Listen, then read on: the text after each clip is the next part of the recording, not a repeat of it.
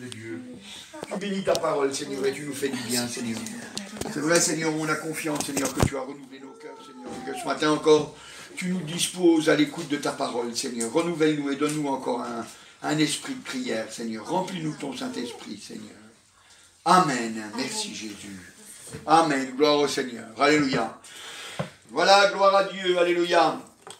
Alors, ce matin, eh bien, je voudrais que vous sachiez, alléluia, que Dieu a tout fait pour que vous soyez, alléluia, plus que vainqueurs. Gloire au Seigneur. Alléluia. C'est important de le savoir, parce que ça nous redonne des forces au moment où le combat vient, parce qu'on sait qu'on est fait pour être plus que vainqueur. Alléluia. Alors, on va lire une petite histoire pour illustrer ça, dans Nombre au chapitre 21. Nombre, Genèse, Exode, Lévitique, Nombre, voilà, Nombre, juste avant le Deutéronome. Dans Nombre, au chapitre 21, et on va lire depuis le verset 4. Nombre, chapitre 21, depuis le verset 4, et on va lire jusqu'au verset 9 inclus. Ils partirent, donc c'est le peuple d'Israël, hein, ils partirent de la montagne de Hor par le chemin de la mer Rouge, pour contourner le pays d'Édom. Le peuple s'impatienta en route et parla contre Dieu et contre Moïse. Pourquoi nous avez-vous fait monter hors d'Égypte pour que nous mourions dans le désert? Car il n'y a point de pain et il n'y a point d'eau, et mon âme est dégoûtée de cette misérable nourriture. Alors l'Éternel envoya contre le peuple des serpents brûlants. Ils mordirent le peuple, et il mourut beaucoup de gens en Israël. Le peuple vint à Moïse et dit, « Nous avons péché, car nous avons parlé contre l'Éternel et contre toi. Prie l'Éternel afin qu'il éloigne de nous ces serpents. » Moïse pria pour le peuple. L'Éternel dit à Moïse, « Fais-toi un serpent brûlant, et place-le sur une perche. Quiconque aura été mordu, et le regardera, conservera la vie. » Moïse fit un serpent d'airain et le plaça sur une perche. Et quiconque avait été mordu par un serpent et regardait le serpent d'airain, conservait la vie. Amen. Gloire au Seigneur. Voilà, gloire au Seigneur. Voilà une drôle d'histoire. Alléluia. Une histoire en fait qui nous ressemble parfaitement. Hein, c'est vrai. Alléluia. Une histoire qui nous ressemble bien. C'est vrai. On s'impatiente, on a vite fait de s'impatienter, c'est vrai. Le Seigneur nous conduit dans le pays promis, parce que c'est ça qui arrivait au peuple. Le peuple était conduit par le Seigneur pour le conduire au pays promis, et le peuple, eh bien, en route, il s'impatiente, il se retrouve dans le désert, il espérait être dans le pays promis, il espérait être dans un endroit où, comme le Seigneur avait dit, un pays où coule le lait et le miel, et là il se retrouve dans un désert où il n'y a rien du tout, et il s'impatiente. Et on a souvent tendance à s'impatienter, c'est-à-dire qu'on demande au Seigneur des choses, « Seigneur, je te demande de m'exaucer », et puis on ne voit pas l'exaucement arriver tout de suite. Alors on s'impatiente, on ne comprend pas. Bon, vous savez, un jour j'ai prié, et puis je voulais justice. J'ai dit, Seigneur, tu vois, il n'a pas été juste avec moi, frappe-le. Et puis le Seigneur ne l'a pas frappé. Mais le Seigneur a parlé à mon cœur. Il m'a dit, il t'a frappé parce que je t'ai trouvé digne de supporter ça pour mon nom. Alors, toi, montre que tu es digne, prie pour lui. Et c'est comme ça que le Seigneur m'a appris qu'il fallait que je regarde les choses autrement. Et vous voyez, quand on est dans le désert, il faut qu'on apprenne à regarder les choses autrement. C'est vrai. Ils auraient pu regarder en disant, ah, c'est vrai, on est dans le désert. Et Dieu nous bénit, il y a la manne qui tombe chaque matin. Chaque matin, il y a la manne qui tombe. Et quand on a besoin d'eau, eh bien, Moïse prie pour nous. Et puis, Dieu fait sortir l'eau du rocher, puisque c'est ce qui était arrivé juste avant. Hein, il a frappé le rocher, et puis l'eau a sorti du rocher. Ils auraient pu regarder comme ça. Mais eux, ils n'ont pas regardé comme ça. Et souvent, nous, notre cœur est comme ça. On regarde ce qui ne va pas. Ah, ça ne va pas. j'y arrive pas, je comprends pas, pourtant je prie, pourtant je fais des efforts, et puis ça répond pas comme j'aurais voulu. Hein, on est déçus, on est déçus. Mais vous savez, mes frères, mes sœurs, faut pas être déçus. Jésus est là pour nous aider, alléluia. Jésus est là pour que nous réussissions, alléluia, gloire au Seigneur. Alors, je voudrais d'abord vous dire une première chose pour que vous compreniez bien l'histoire. Alors le peuple, il s'est révolté. Le peuple il s'est révolté contre, il s'est révolté contre Dieu, il s'est révolté contre Moïse, il s'est révolté, il n'était pas content. Il n'était pas content. Et comme il n'était pas content, eh bien, il a dit des choses qu'il n'aurait jamais dû dire. Il a fait des choses qu'il n'aurait jamais dû faire. Mais il les a fait. Il les a fait. Ça s'appelle le péché. Ça s'appelle le péché. Et voyez, le péché, ça ne nous apporte pas la bénédiction. Le péché, au contraire, ça nous éloigne de la bénédiction. Et c'est pour ça qu'on doit regarder le péché comme étant quelque chose qu'on doit fuir. C'est quelque chose qu'on doit fuir. Parce que d'abord, le péché, il n'est pas sans conséquence. Vous savez que quand on dit un mensonge, il y a toujours des conséquences. Toujours, il y a des conséquences. Même si on ne les voit pas immédiatement. Même si on ne les voit pas immédiatement. Vous voyez, c'est comme ça qu'un jour, je l'ai dit au Seigneur, et puis j'ai dit, Seigneur, tu vois, je suis chrétien, et je mens encore. Et le Seigneur, il m'a dit, quand tu mens, la première chose que tu fais, c'est que tu le dis tout de suite à la personne à qui tu as menti, que tu es en train de lui dire un mensonge. Il dit, mais j'y arriverai jamais, Seigneur. J'arriverai jamais à lui dire ça. Et puis, Dieu est bon, vous savez, Dieu est bon. Et j'ai pris courage, et puis j'étais là en train de raconter une bêtise, quoi, un mensonge. Et puis juste quand j'ai fini, j'ai dit, oh là là, mais qu'est-ce que je te dis? Mais je te dis n'importe quoi, je suis en train de te raconter un mensonge. Je sais pas pourquoi je te dis des choses comme ça. Si, c'est parce que mon cœur est mauvais. Je te demande pardon, c'est n'importe quoi, n'écoute même pas ce que je te dis. Et la personne qui était en face de moi, elle a été tellement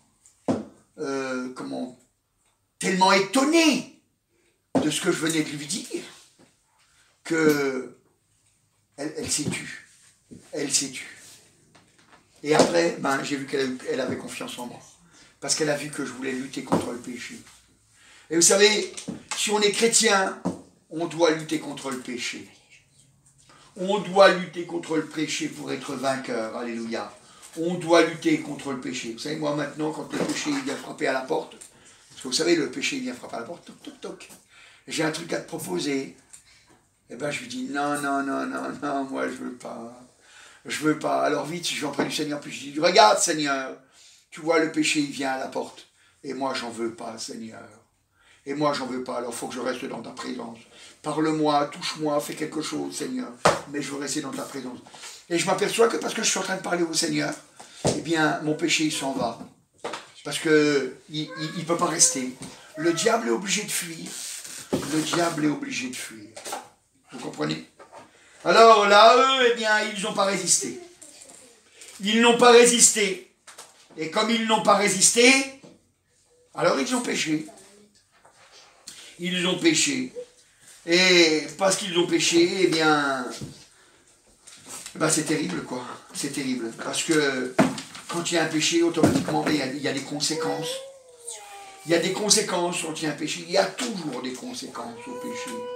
Et là, les conséquences, ils ont été que la Bible, elle nous dit, voilà, elle dit,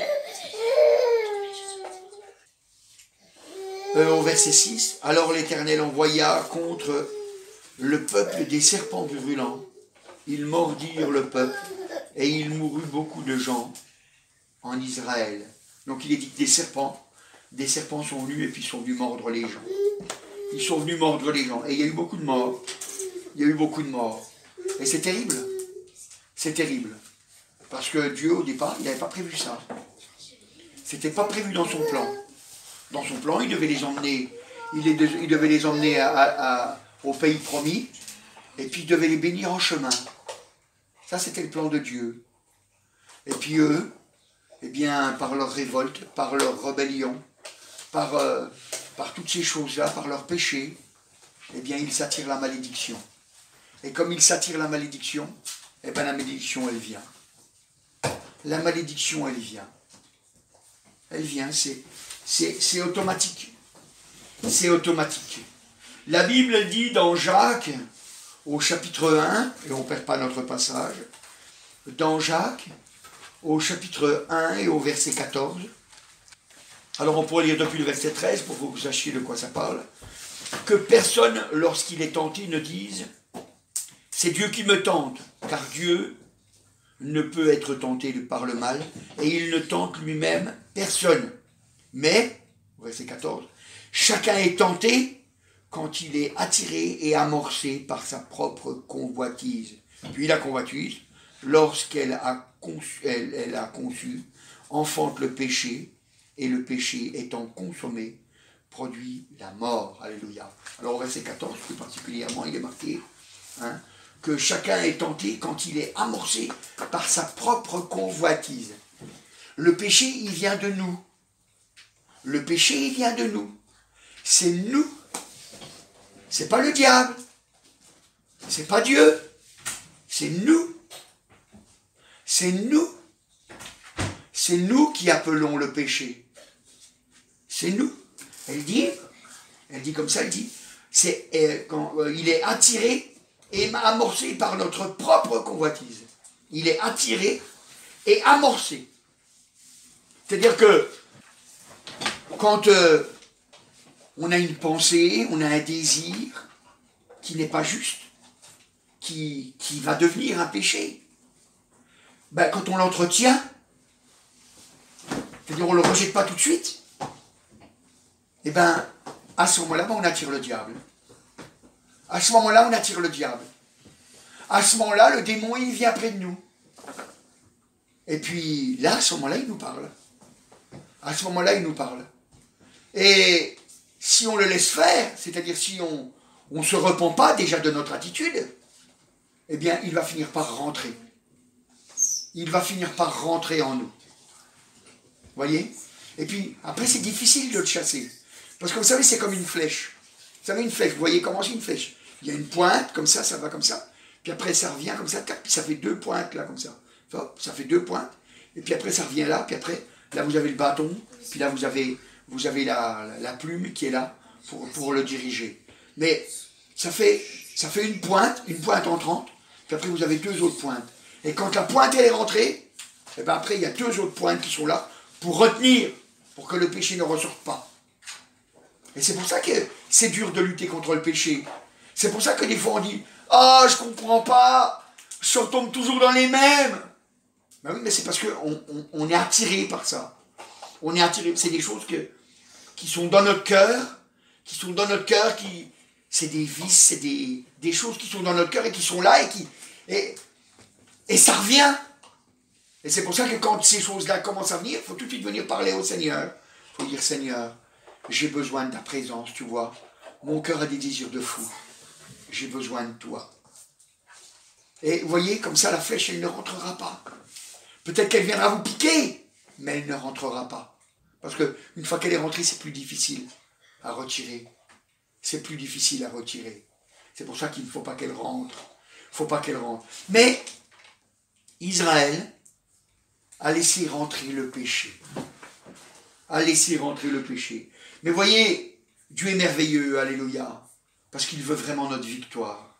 Alors, comme il voulait vraiment leur victoire, eh bien, quand ils sont venus, au verset 7, dans Nombre au chapitre 21 et au verset 7, il est dit, le peuple vint à Moïse et dit, nous avons péché. Nous avons péché, car nous avons parlé contre l'Éternel et contre toi. Ils l'ont dit qu'ils ont péché, et ils ont confessé leur péché. Ils ne l'ont pas dit seulement, oui, je suis un pécheur, comme vous savez, comme plein de gens pourraient dire, oui, je suis un pécheur. Ils ont confessé, ils ont dit, on a péché en faisant telle chose. Nous avons péché en parlant contre l'Éternel et contre toi. Il est là notre péché. C'est là notre péché. Et nous devons faire pareil. nous devons faire pareil, nous devons venir devant le Seigneur et lui confesser notre péché. Lui confesser notre péché. On doit lui dire ce qu'on a fait. On doit lui révéler ce qu'on a fait. Ça montre bien qu'on demande bien pardon pour une chose bien précise. Vous savez, hein, des fois, les gens, ils font un paquet, quoi. Ils disent, Seigneur, je te demande pardon pour mes péchés. Puis, c'est un gros paquet, là, il y a tout là-dedans. Tiens, voilà. Je te remets tout ça. C'est bien déjà. C'est bien. Mais des fois, il y a des péchés, il faut les nommer avec précision. Des fois, il faut les nommer avec précision, si on va en être vraiment débarrassé. On dit, Seigneur, pour tel péché, celui-là, celui-là que j'aime, tu vois, celui-là, tu sais, qui vient tout le temps à la porte, celui pour lequel je suis toujours attiré, celui-là, Seigneur, celui-là, je te le remets. Je te demande pardon parce que j'ai fait telle chose. Et vous savez, à ce moment-là, le Seigneur, il agit dans notre vie. À ce moment-là, le Seigneur, il agit dans notre vie. Et vous savez comment il a agi? Ben là, il est marqué que le Seigneur, il a fait... Regardez voir. Donc on va regarder dans Nombre. Voilà. Nombre chapitre 21. Et au verset 7. Voilà, Nombre chapitre 21. Le peuple vint à Moïse et dit, nous avons péché car nous avons parlé contre l'Éternel et contre toi. Prie l'Éternel afin qu'il éloigne de nous ces serpents. Moïse pria pour le peuple. L'Éternel dit à Moïse, fais-toi un serpent brûlant, verset 8, et place-le sur une perche. Quiconque aura été mordu et le regardera, conservera la vie. Alléluia, gloire au Seigneur. Alors on voit quoi? On voit qu'au verset 8, il dit, voilà, il fallait construire un serpent. Donc ça a dû mettre un temps, un certain temps. Et puis, une fois que le serpent a été mis sur le bâton, hein, et alors à ce moment-là, quiconque, il est marqué. Il n'y a pas marqué les plus saints, ceux qui étaient fidèles, ceux qui avaient la foi, ceux qui étaient en lutte. Non, il n'y a pas marqué ça, il y a marqué quiconque. Quiconque. Ça veut dire que c'est un choix personnel. Ça veut dire que c'est un choix personnel. Donc ça veut dire que la victoire, c'est un choix personnel. Là, d'un seul coup, ils étaient victorieux. Quiconque voulait être victorieux des serpents. Les serpents, même s'ils mordaient, ils étaient plus efficaces. Ils étaient plus efficaces. Quiconque regardait au serpent. Quiconque le faisait. Ça veut dire n'importe qui. N'importe qui. Quoi qu'il ait dit, quoi qu'il ait fait, quoi qu'il ait fait, quoi. Peu importe. Quiconque. Parce que Dieu, il fait pas de favoritisme. Quiconque. Il ne regarde pas en disant, toi, tu es plus grand pécheur que l'autre, tu ne mérites pas. Non, quiconque. Quiconque regardait, hop, ben, il était victorieux. La maladie s'en allait. Parce que, vous savez, hein, c'est une maladie mortelle qu'il avait. Hein, parce que quand on est mordu par un serpent, ben, le venin, il vient et puis il fait son œuvre là-dedans. Hein, comme un virus, quand il vient dans le corps, il fait son œuvre là-dedans, puis pouf, le bonhomme, il est mort. Ben, là, c'est pareil. Et bien, quiconque regardait, hop, il était guéri. Le miracle se produisait. Quiconque, peu importe, quoi qu'il ait dit, quoi qu'il ait fait. Et vous voyez, nous, eh bien c'est pareil, nous avons Jésus, alléluia. La Bible nous dit dans Jean, au chapitre 3 et au verset 14 et 15, Évangile de Jean, chapitre 3, voilà, Évangile de Jean, juste avant les actes des apôtres, Évangile de Jean, au chapitre 3, versets 14 et 15, il est marqué, comme Moïse éleva le serpent dans le désert, il faut de même que le Fils de l'homme soit élevé, afin que quiconque, on le retrouve le quiconque, croit en lui ait la vie éternelle.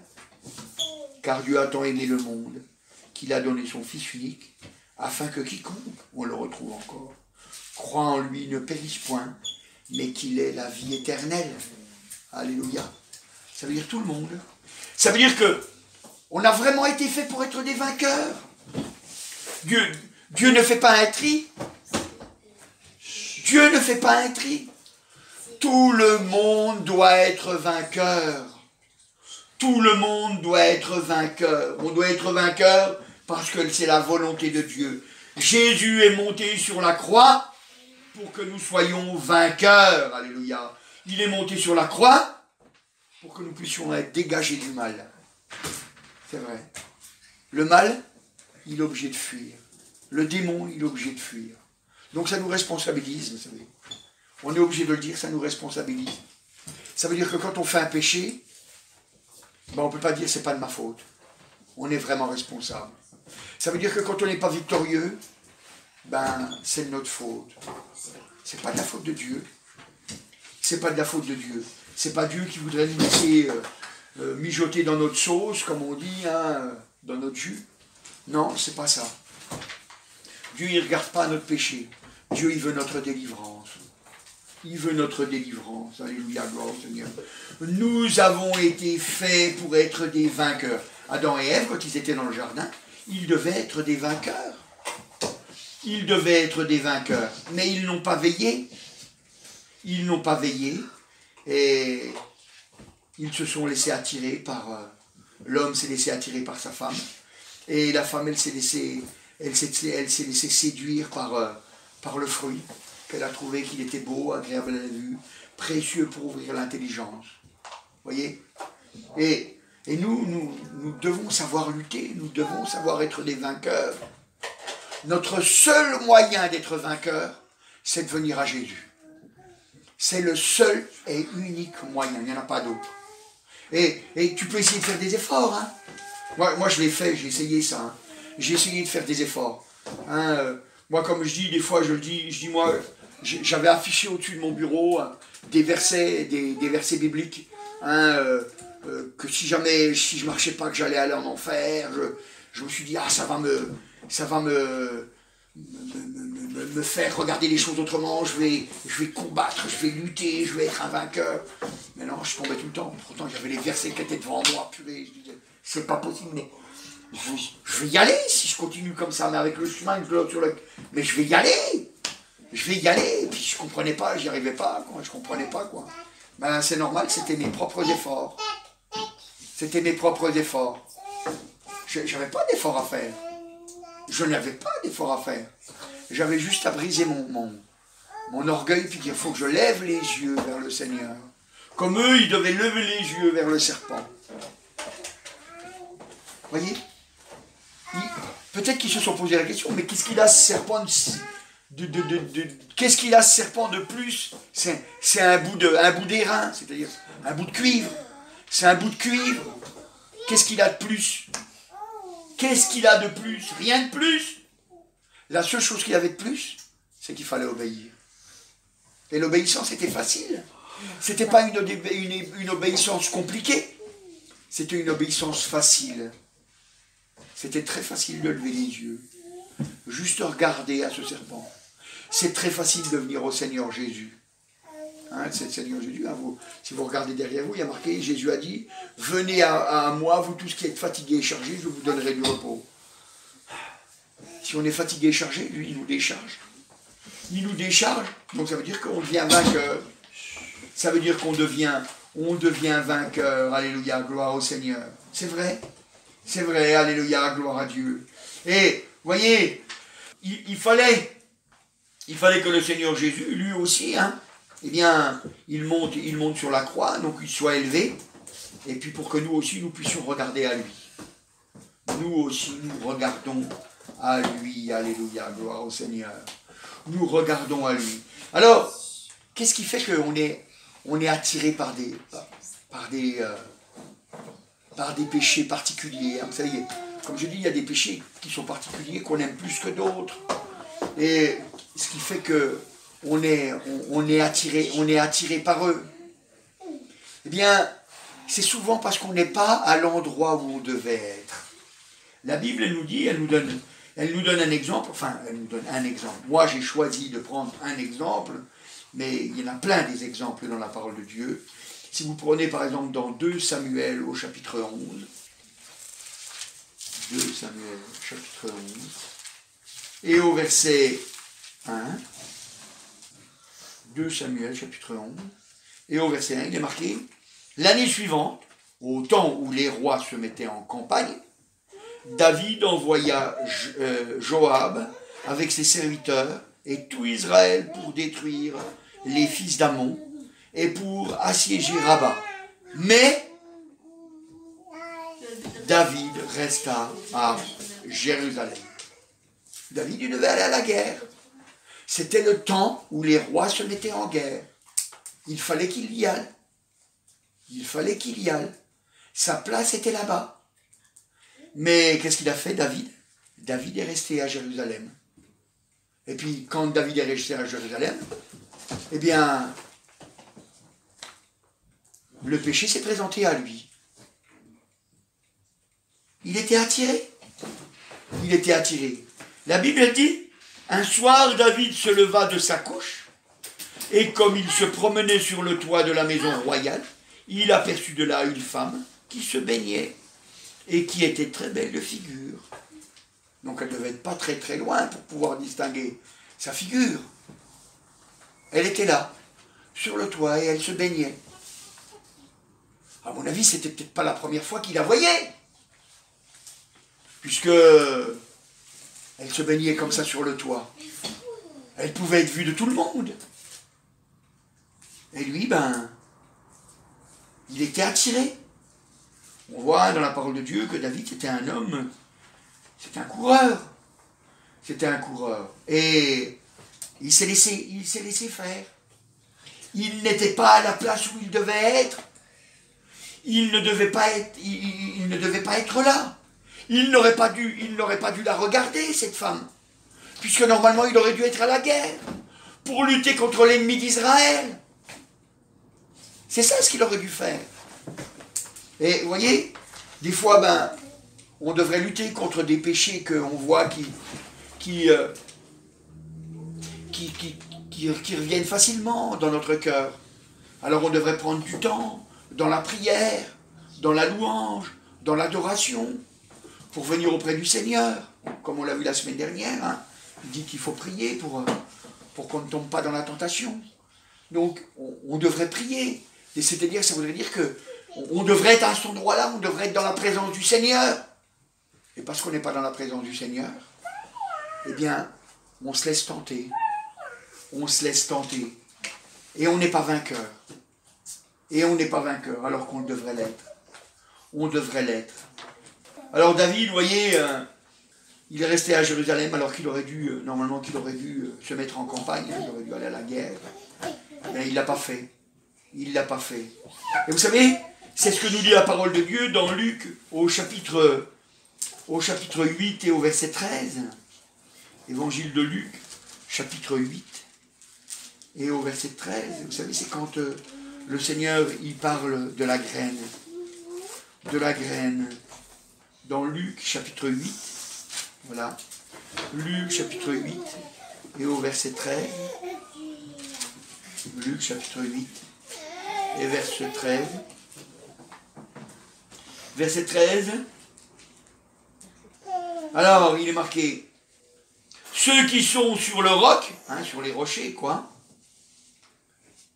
ce sont ceux qui, lorsqu'ils entendent la parole, la reçoivent avec joie. Mais ils n'ont point de racines.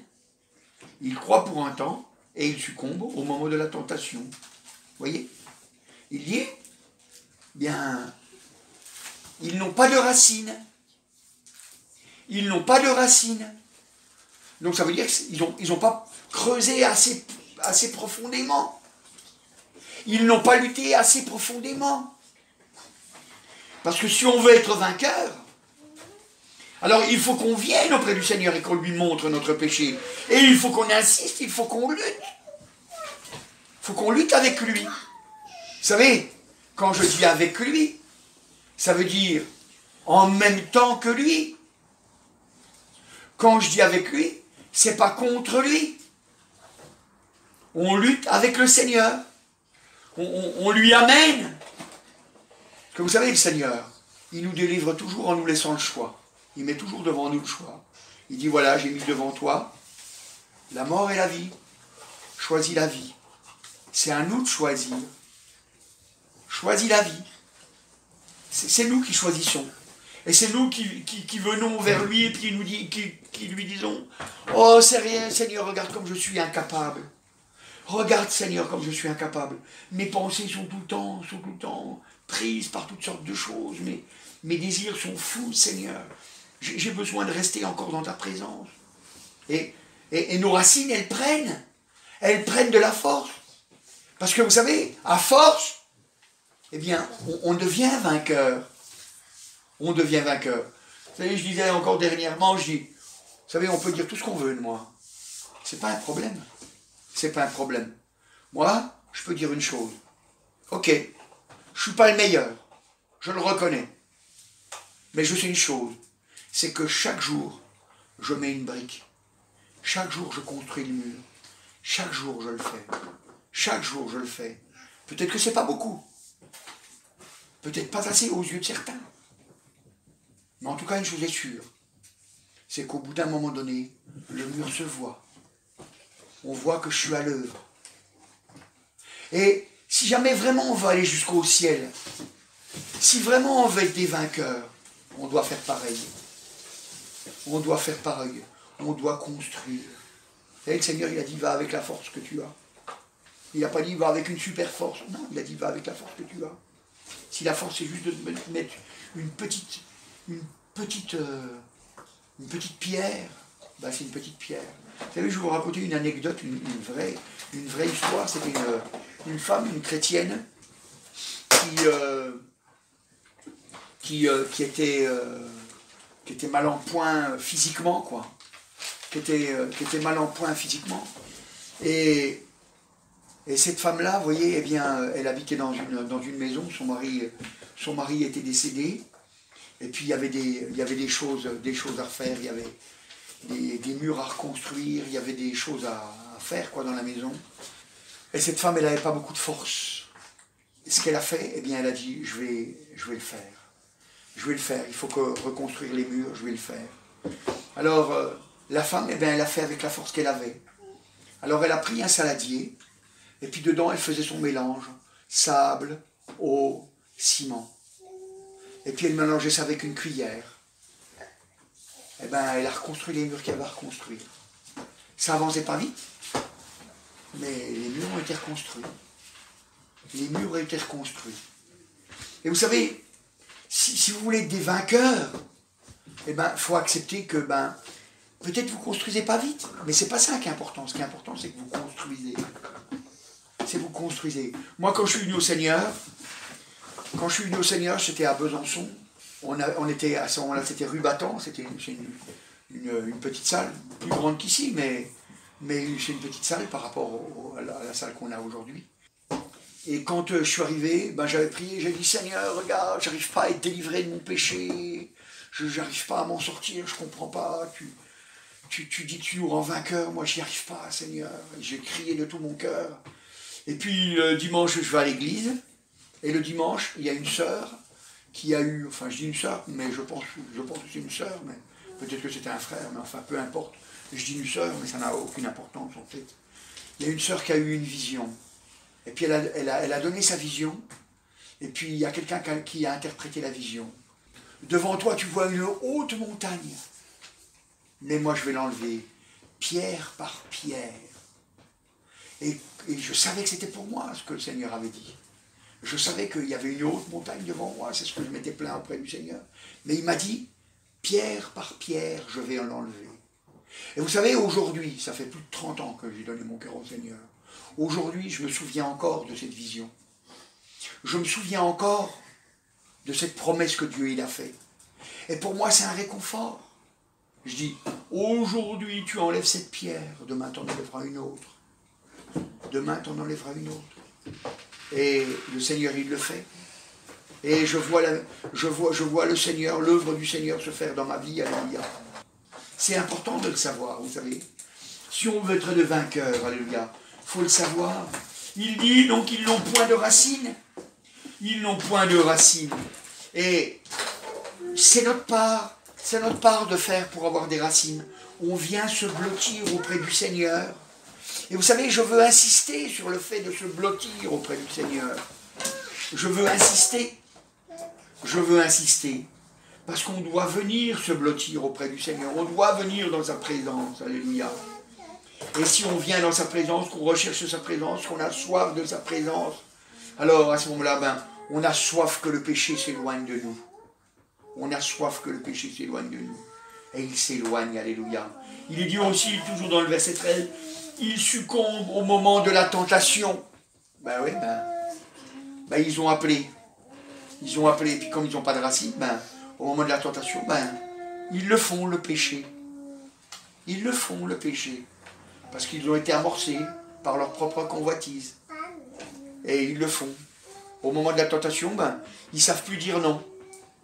Ils ne savent plus dire non. Parce que les racines ne sont pas assez profondes. Nos racines doivent être profondes en Dieu. On doit avoir une vraie confiance.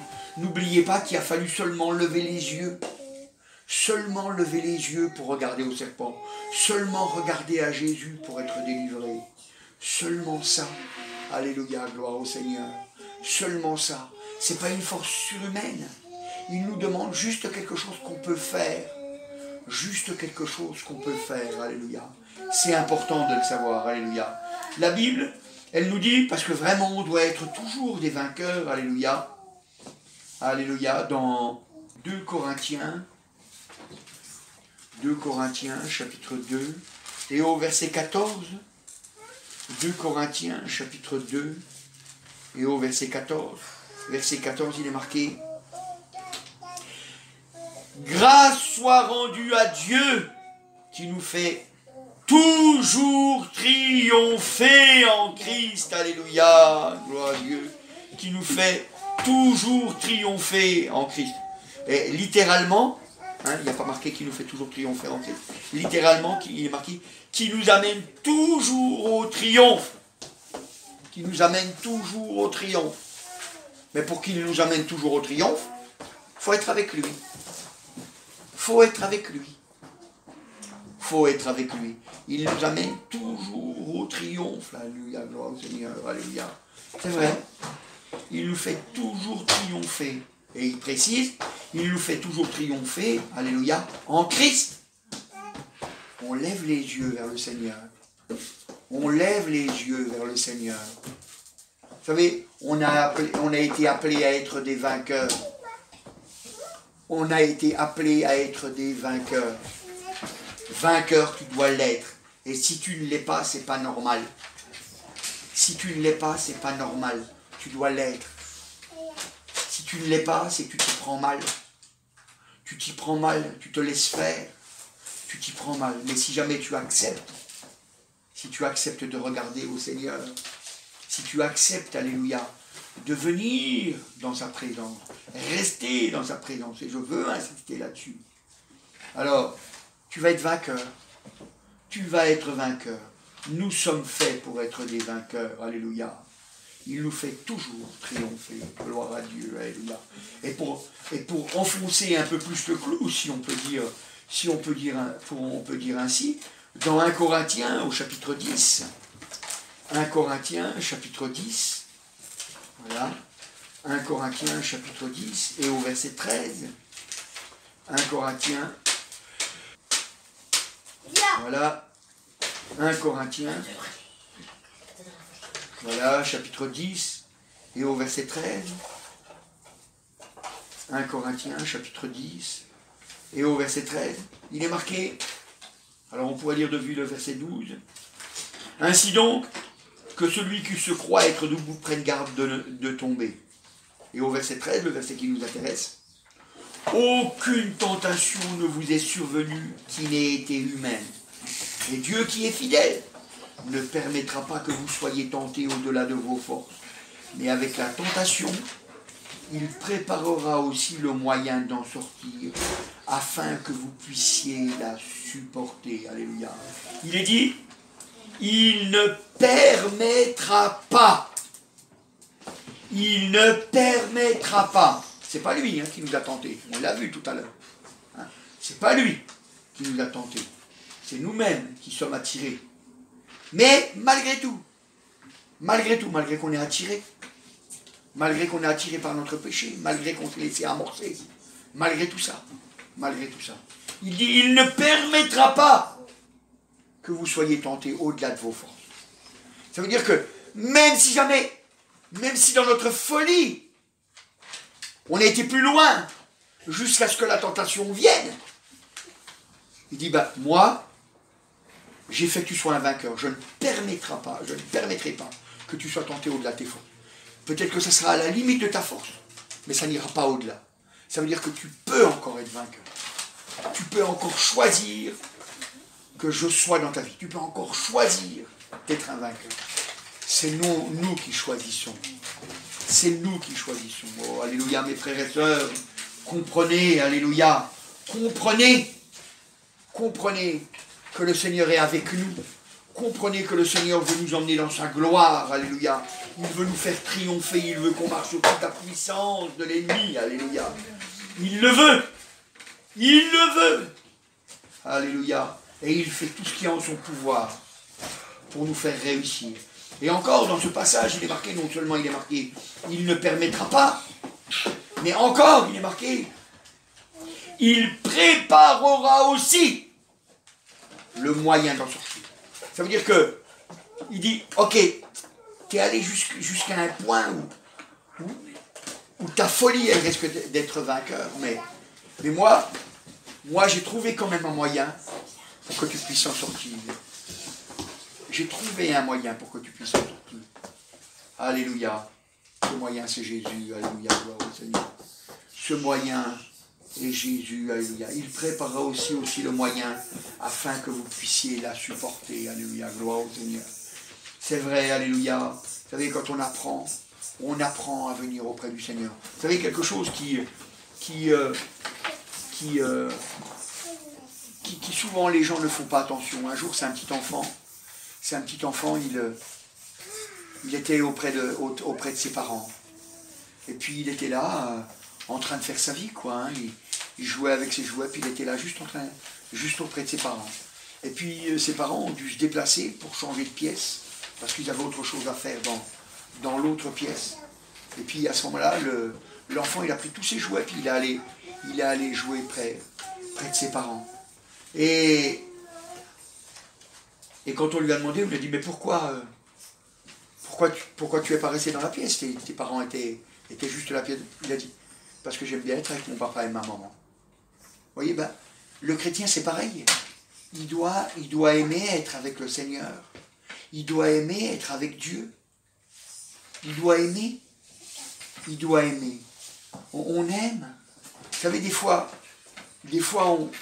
on est juste là, on a juste dit au Seigneur, j'ai juste envie d'être dans ta présence. J'ai même pas des choses à te demander en particulier, j'ai juste envie d'être avec toi. Juste envie d'être avec toi. Et vous verrez, si vraiment vous avez ces désirs-là d'être juste avec le Seigneur, vous allez voir qu'il va faire des choses extraordinaires. Alléluia. Il va vous rendre vainqueur. Il va vous rendre vainqueur. Et quand vous allez être vainqueur, vous allez être étonné, là vous allez rendre gloire à Dieu. Vous allez dire merci Seigneur, parce que je reconnais que c'est toi qui m'as rendu victorieux. Je reconnais que tu m'as rendu victorieux. Et c'est vrai que c'est nous qui l'avons fait. C'est nous qui l'avons fait. Mais on sait que dans la réalité, c'est Dieu qui l'a fait pour nous. Alléluia. Et nous, c'est parce que nous avons juste cru, nous avons juste levé les yeux vers le Seigneur. Alors, nous avons été vainqueurs. Et nous avons accompli l'œuvre du Seigneur. Alléluia, gloire au Seigneur. C'est important, vous savez. C'est important. Nous sommes faits pour être des vainqueurs. Alléluia. La Bible, elle nous dit, dans Hébreux au chapitre 12, Hébreux chapitre 12 et au verset 14, verset 14, il est marqué, recherchez la paix avec tous et la sanctification sans laquelle personne ne verra le Seigneur. Il est dit, recherchez la paix avec tous et la sanctification sans laquelle, il n'y a pas marqué sans lesquels, il n'y a pas marqué la paix et la sanctification, il faut qu'il y ait ces deux-là pour que vous puissiez voir le Seigneur. Non, il est marqué sans laquelle. Donc ça s'adresse bien à la sanctification, sans laquelle personne ne verra le Seigneur. La sanctification, c'est clair. C'est on se sépare de ce monde, c'est ça la sanctification. On se sépare de ce monde. Alors quand je dis ça, je voudrais bien remettre les choses bien au clair, pour que vous ne croyiez pas qu'il faut devenir un moine ou une religieuse. Hein. Dieu ne nous demande pas ça. Dieu ne nous demande pas de nous isoler dans une maison à part et puis qu'on se cloître. Dieu ne nous demande pas ça. Mais il nous demande d'être des vainqueurs. Parce que la sanctification, ça veut dire que j'ai décidé d'être un vainqueur. Ça veut dire que je vais lutter contre le péché. Je vais lutter contre le péché. Je vais lutter pour être semblable à Dieu. C'est ça que ça veut dire la sanctification. Je recherche ce qui plaît au Seigneur. C'est ça la sanctification. On tient nos membres, notre corps, on le tient soumis. On le tient soumis. Vous comprenez? On le tient soumis. Parce qu'on veut obéir à Dieu. Parce qu'on veut obéir à Dieu. Si nous décidons de choisir cette chose-là, la sanctification, alors Dieu est véritablement avec nous. Alléluia. Gloire au Seigneur. Vous savez, c'est important parce que quand on accepte de se soumettre, quand on accepte de se sanctifier, ça veut dire qu'on abandonne les choses qui vont contre le Seigneur pour ne choisir que les choses qui vont vers le Seigneur, ça veut dire que on obéit à Dieu. C'est ça que ça veut dire, vous savez. C'est ça que ça veut dire, on obéit à Dieu. C'est comme si on lui avait dit, tu vois Seigneur, le chemin que tu me dis de prendre pour aller au ciel, je crois que c'est le vrai. Et comme tu me dis qu'il faut que je me débarrasse de certaines choses, eh bien, je m'en débarrasse parce que je crois que ces choses-là, je ne pourrai pas les emmener au ciel. Je le crois. C'est ça que ça veut dire quand on se sanctifie. C'est ça que ça veut dire quand on obéit. C'est ça. C'est pas autre chose. C'est pas, ouais, il faut encore que j'abandonne ces choses-là, j'en ai marre. On n'a le droit de rien là-dedans. Vous savez, c'est ça, hein, des fois, ce que les cœurs pensent. Et ça, les cœurs, ils pensent ça parce que, ils ont soif de leur péché. Mais quand on a soif de la sanctification, eh bien alors à ce moment-là, on regarde les choses comme Dieu les regarde. Et vous savez, si nous on doit le faire, c'est parce que le Seigneur Jésus devait le faire aussi. La Bible nous dit dans Hébreux, au chapitre 5, et au verset 8, il est marqué, il a appris, c'est Jésus, il a appris, bien qu'il soit fils, l'obéissance par les choses qu'il a souffertes. Après avoir été à la perfection, donc il a été sanctifié, il est devenu pour tous ceux qui lui obéissent l'auteur d'un salut éternel, pour tous ceux qui lui obéissent. C'est-à-dire ceux qui n'obéissent pas à Jésus, ils ne sont pas sauvés. Mais pour tous ceux qui lui obéissent, il est devenu l'auteur d'un salut éternel. Mais si on regarde dans le verset 8, il est marqué, il a appris. Ça veut dire qu'avant, il ne savait pas. On apprend quelque chose que quand on ne sait pas, quand je sais déjà le faire, je n'ai pas besoin de l'apprendre. Parce que Jésus était un homme. Il traçait le chemin. Il traçait le chemin. Il devenait lui-même le chemin. Je suis le chemin, il dira. Il trace le chemin pour nous emmener au ciel. C'est pour ça qu'il fallait qu'il obéisse. Pour que nous aussi, nous puissions obéir. C'était un chemin qui n'était pas impossible. Un chemin d'obéissance. Un chemin d'obéissance. On s'écarte du péché. On s'écarte du péché. On dit non, moi je ne veux pas pécher. La Bible dit, il a lutté jusqu'au sang. Moi, je n'ai encore pas lutté jusqu'au sang. Vous voyez? Nous n'avons pas lutté encore jusqu'au sang pour lutter contre le péché. Lui, il a lutté jusqu'au sang pour ne pas pécher. Pour que nous puissions marcher dans ce chemin. Pour que nous puissions être vainqueurs. Pour que nous puissions, alléluia, être heureux d'être dans la présence du Seigneur. Alléluia. Il a appris l'obéissance. Il a appris l'obéissance. Ça veut dire que c'était quelque chose qui à chaque fois, il est obligé de réfléchir. Il est obligé de réfléchir. Quelle est la volonté de mon Père? Ça, c'est pas sa volonté. Ça, c'est sa volonté. Je vais aller dans ce chemin. C'est pour ça qu'on a dit il y a 15 jours, hein, quand le Seigneur il était dans le jardin, ou 15 jours ou 3 semaines, quand il était dans le jardin, et puis hein, il a dit éloigne de moi cette coupe. Non pas ma volonté, mais ta volonté. Donc il y avait la volonté du Fils et la volonté du Père. La volonté du Fils, c'était plutôt qu'elle s'éloigne. Mais il a dit non pas ma volonté, mais que ta volonté soit faite. Donc il fallait qu'il apprenne à obéir. Il fallait qu'il apprenne à obéir. Dieu avait un plan pour lui, un plan pour nous. Alléluia. Il fallait rentrer dans ce plan. Il fallait rentrer dans ce plan. Nous, on a un plan que le Seigneur a tracé pour nous. Alléluia. C'est regarder au Seigneur. Regarder au Seigneur. Alléluia. Lui confesser notre péché. Alléluia. Et venir auprès de lui, venir se blotter auprès de lui pour lutter contre le péché. Pour que la sanctification paraisse. Parce qu'on a vu que sans la sanctification, nul ne verra le Seigneur. Vous savez, il y a des gens, ils vont aller en enfer en croyant en Jésus. En croyant en Jésus. Le Seigneur dit, pourquoi m'appelez-vous Seigneur, Seigneur, et ne faites-vous pas ce que je dis? Croire en Jésus, ce n'est pas suffisant. Il faut obéir. Et le seul moyen d'obéir, c'est de regarder à lui et venir se blottir auprès de lui. Vous savez, venez auprès de lui, puis confessez votre misère. Vous allez voir que votre vie, elle va changer. Moi, vous savez, moi, je me souviens, j'étais à Besançon, et puis je ne voulais pas marcher. J'étais fatigué, j'en avais marre. Mais j'ai compris une chose, c'est qu'il fallait que je vienne dans la présence du Seigneur. Alors, je montais sur la montagne. C'est vrai, je montais sur la montagne. Et, ce n'est pas des hautes montagnes, hein, il n'y avait pas 8000 mètres. Hein. C'est une petite montagne, mais je montais sur la montagne. J'arrivais tout seul. Puis je venais, puis je disais, Seigneur, je suis venu. Mais je ne veux pas te parler. Parce que mon cœur était triste.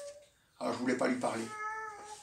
Et puis quand j'estimais que j'étais resté suffisamment longtemps dans sa présence, je disais, Seigneur, je pars. Je partais. Et le lendemain, je revenais. Seigneur, je suis venu dans ta présence. Mais je ne veux pas te parler. Et puis j'ai fait ça plusieurs jours. Et à la fin de la semaine, avant la fin de la semaine même, à la vérité, eh bien, mon cœur a été tellement touché de l'amour de Dieu que je me suis mis à pleurer. Je lui ai confessé mon péché, je lui ai confessé ma méchanceté, comment j'étais méchant, comment j'étais injuste, comment j'étais ingrat. Et comment dans son amour, il m'accueillait à chaque fois. Et qu'à chaque fois que je venais, il me faisait du bien malgré tout. Malgré la pureté de mon cœur. Eh bien, vous savez, ça a su m'encourager pour le reste de ma vie. Et vous savez, il faut savoir accepter que c'est le Seigneur qui nous aide. Et nous, l'obéissance, c'est de savoir venir à lui. Et puis lui dire, Seigneur, je n'ai que toi. Je n'y arrive pas sans toi. Mais il faut venir. Ça, c'est notre part. Seigneur, je ne peux rien faire sans toi. Je ne peux rien faire sans toi. Alléluia. Amen, Seigneur Jésus, je te remercie parce que tu es bon. Ton amour est tellement grand, Seigneur, alléluia, que tu as accepté, même quand nous étions des rebelles, de mourir pour nous, Seigneur. Oh, comme ça prouve ton amour, Seigneur. Nous avons confiance, Seigneur.